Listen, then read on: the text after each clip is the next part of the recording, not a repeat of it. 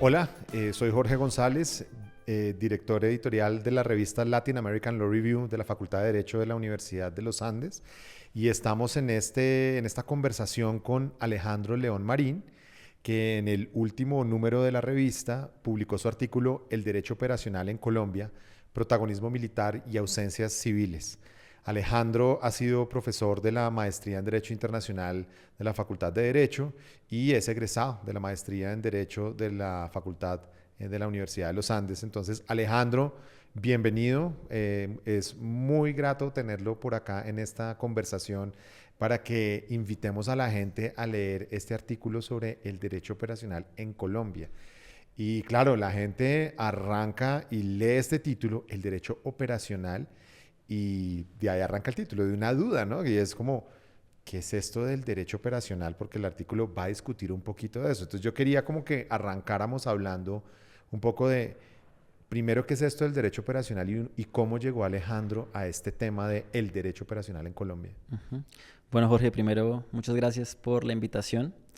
Y digamos que justamente llegué por lo mismo, porque encontré este nombre, derecho operacional, y claro, primero nunca lo había escuchado, habiendo trabajado muchos temas de uso de la fuerza, derecho internacional, derecho administrativo.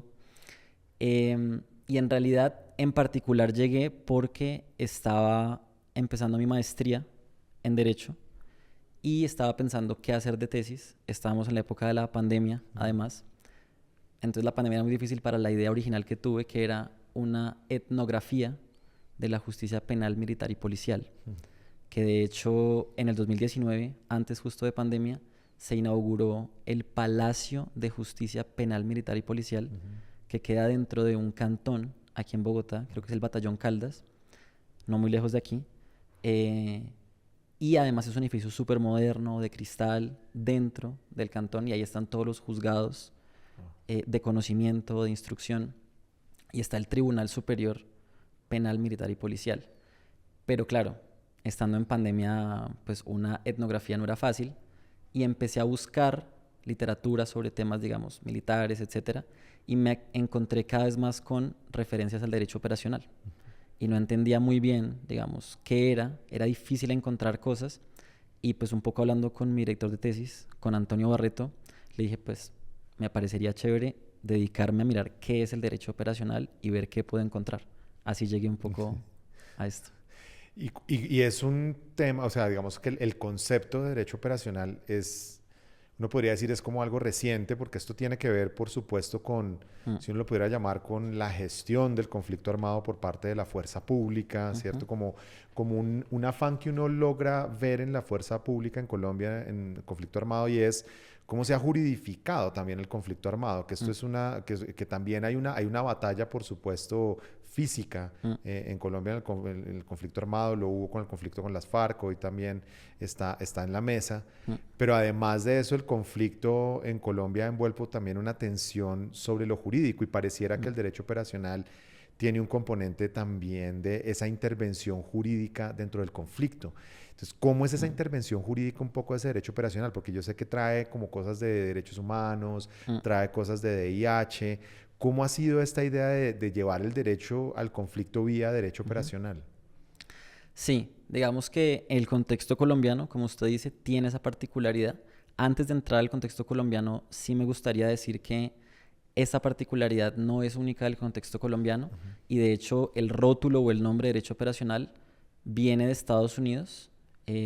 Justo, digamos, los Estados Unidos empezó a identificar que hacía falta tener más apoyo militar, no solamente para el uso de la fuerza, sino para todo lo que lo rodea. El tema de arrendar eh, locales o lugares, o incluso el tema de responsabilidad Ujú. a la hora de los torts, cuando luego demandan por tema de daños en el marco de las operaciones militares. Digamos que es un desarrollo que viene desde hace mucho tiempo, pero en Colombia, en el contexto colombiano, claro, hace mucho tiempo se viene discutiendo la interacción entre derecho y conflicto armado, la responsabilidad del Estado en el marco del conflicto, también a nivel internacional de los derechos humanos. Y digamos que el derecho operacional, como lo he ido viendo y también otros investigadores en Colombia que lo han trabajado, es un poco una mezcla de derechos humanos, de derecho internacional humanitario, que es el grueso, digamos, de el régimen jurídico aplicable a contextos de conflicto armado y a conducción de hostilidades, pero eso junto con derechos humanos tiene la particularidad en Colombia que también se hibrida, por decirlo así, con el derecho administrativo colombiano y un poco incluso con el derecho constitucional. Y creo que en particular derecho administrativo, porque se entiende, y el derecho operacional tiene mucho derecho administrativo porque se entiende como el ejercicio de una función pública. O sea, los militares como funcionarios públicos. Y ahí está la discusión, por ejemplo, de la orden de operaciones.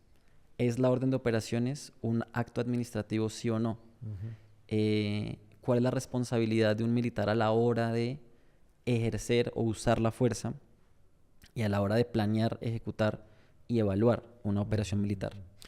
Digamos que ahí hay como una historia muy interesante, tanto afuera de Colombia como dentro de Colombia, en cómo se fue moldeando como esta idea de también las fuerzas militares pensando en cómo las acciones son legales o cómo pueden ser legales, porque pues hay muchos temas de responsabilidad ahí. Y uno de los dos escenarios donde el artículo, pues de los dos, porque hay muchos más escenarios donde se menciona un poquito esa historia que va a tener afuera es Vietnam, ¿no? Entonces la guerra de Vietnam pareciera ser como, y en especial la masacre de My Lai en el 68, si no estoy mal es la masacre, en donde hay como esta entrada y un asesinato de civiles, niños, en fin, como población civil, y que fue muy impactante para el desarrollo de la guerra de Vietnam. Y en Colombia pareciera que el bombardeo de Santo Domingo en el 2012 es la sentencia, pero creo que el bombardeo es del 98. El 98. Que también envuelve como cuáles son los límites de la fuerza pública con esta estrategia del bombardeo. Hablemos un poquito como de esos momentos, ¿no? Esos momentos y de cómo se fue armando esta juridificación para las fuerzas militares alrededor como de dos momentos muy, muy particulares. No que hayan sido los únicos, pero sí en el artículo se muestra como que ahí hay un momento fundamental en la conformación de esta idea de derecho operacional que no sabemos bien si es área, si no es área, porque también ahí está la discusión, ¿no? Sí, sí, sí. Yo creo que esa historia, digamos, no tiene sentido si uno no tiene en cuenta lo que usted dice. A nivel más internacional y de Estados Unidos, Vietnam y la masacre de My Lai, y luego en Colombia la masacre de Santo Domingo. Entonces, digamos que fueron dos momentos, si se quiere, fundacionales del proyecto de derecho operacional. En Vietnam, digamos que el escándalo que tuvo la masacre de My Lai y la cantidad de personas muertas y afectadas por parte de la operación de Estados Unidos, en el 68, momento en que también había un movimiento muy fuerte en Estados Unidos contra la guerra de Vietnam, pues esta masacre fue una especie de catalizador para pedir más control a las operaciones militares y a los actos, digamos, de Estados Unidos en ese contexto. Entonces, digamos que a partir de ahí hubo muchos informes, incluso como disciplinarios y también ante el Congreso, sobre qué podía haber fallado. Y uno de los diagnósticos fue que había una falta de formación en el derecho de la guerra, que es una de las formas de hablar de el DIH en algunos casos, otras regulaciones, y que eso había sido una de las razones por las cuales esto había ocurrido.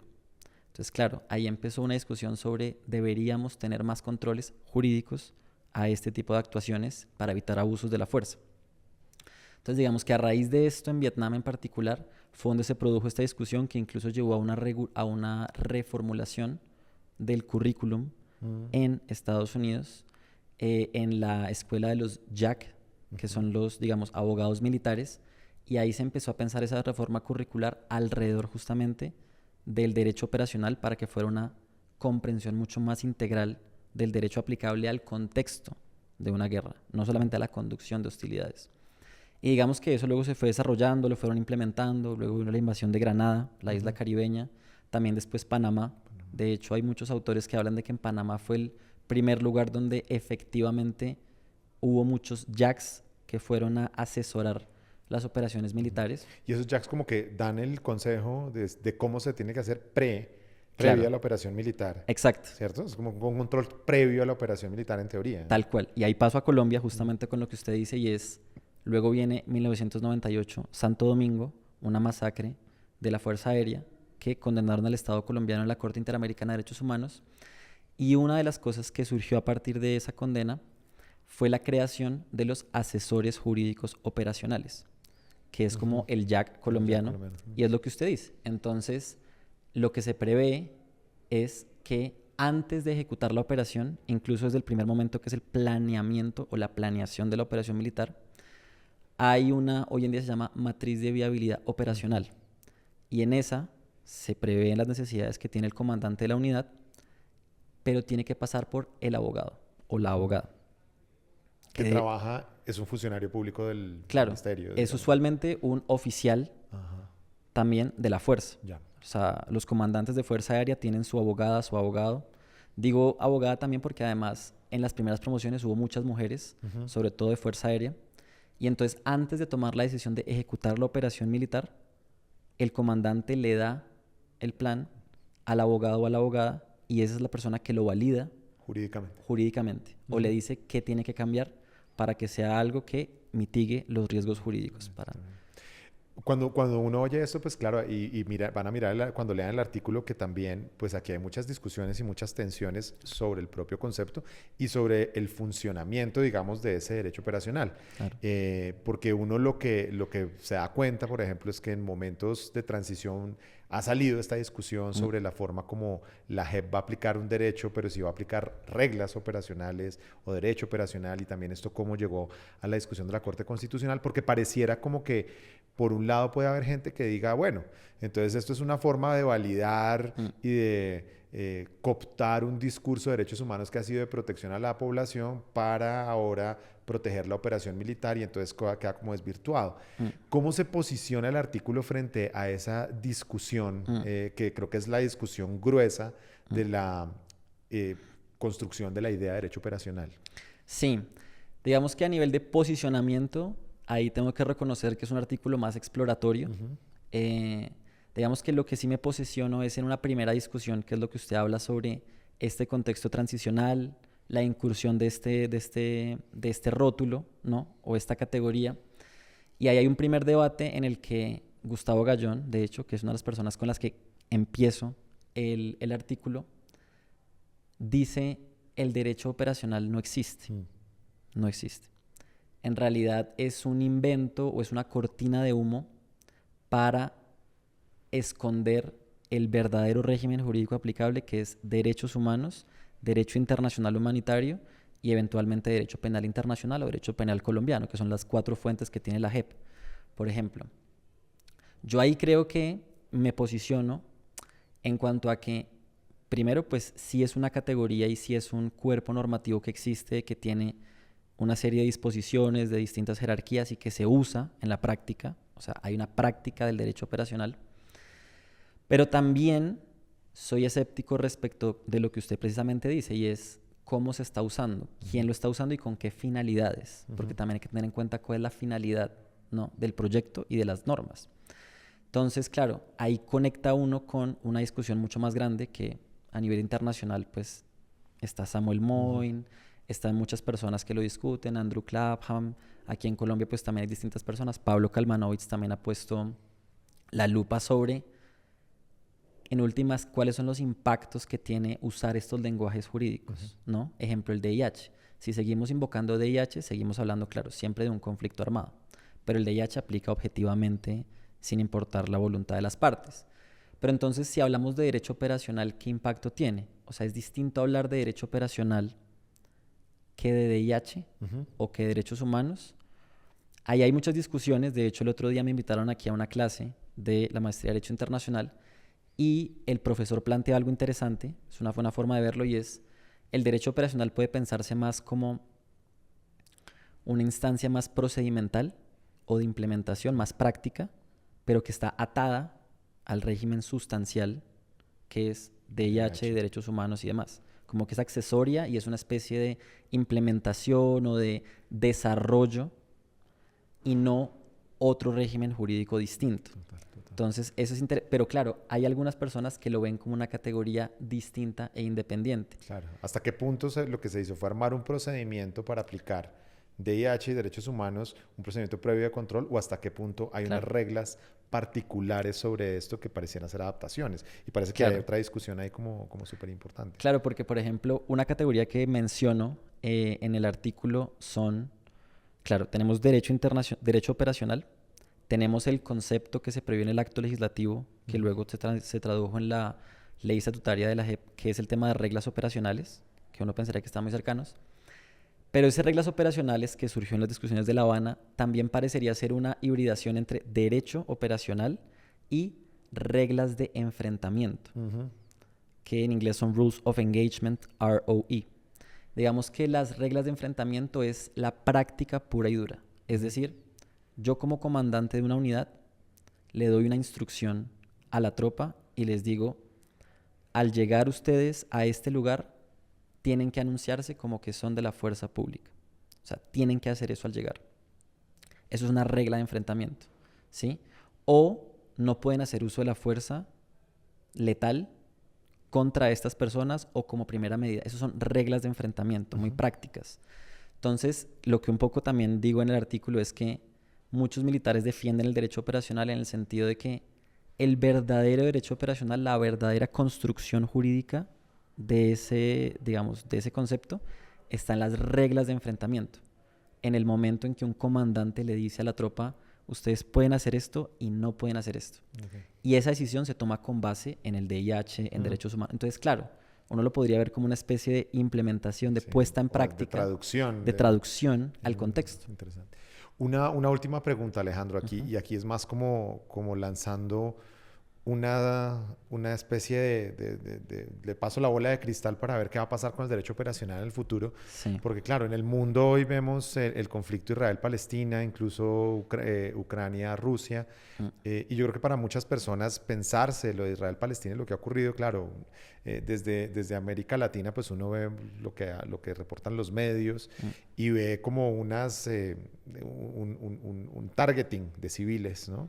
Sí. En Palestina, en donde uno dice, bueno, pero todo esto de derecho operacional, ¿será que es algo que sí tiene futuro? O si lo habrá ya, o sea, evacúen, porque vamos a bombardear. ¿Será que eso es lo que está pasando en el ejército israelí? ¿O será que hay algo como que está funcionando de una manera distinta? Porque, por supuesto, aquí también hay una disputa jurídica, si pues, Israel diciendo que está actuando como en legítima defensa, de otro lado, pues en la Franja de Gaza y el pueblo palestino diciendo, no, esto no es legítima defensa, están violando todas las guerras del derecho de la guerra.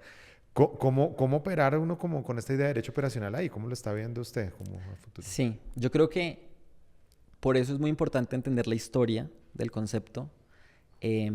Otro capítulo muy interesante es Israel.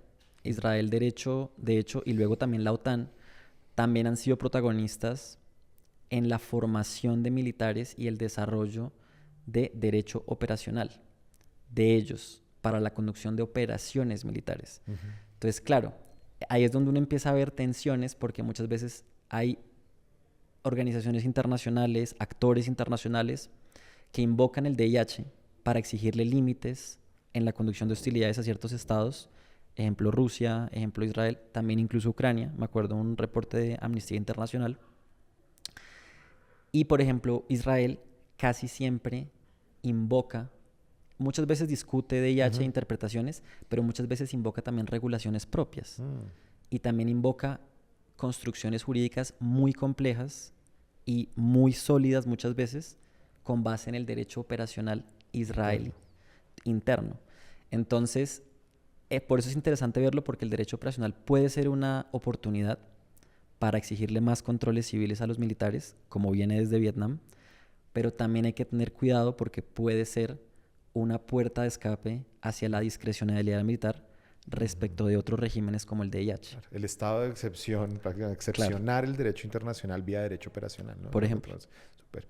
Pues bueno, muchas gracias Alejandro por esta conversación. Invitarlas para que lean este artículo, El derecho operacional en Colombia, protagonismo militar y ausencias civiles, que encontrarán en el último número del Latin American Law Review, publicado recientemente por la Facultad de Derecho, e invitarlas a consultar en general todo este número y nuestros números anteriores de la revista. Muchas gracias.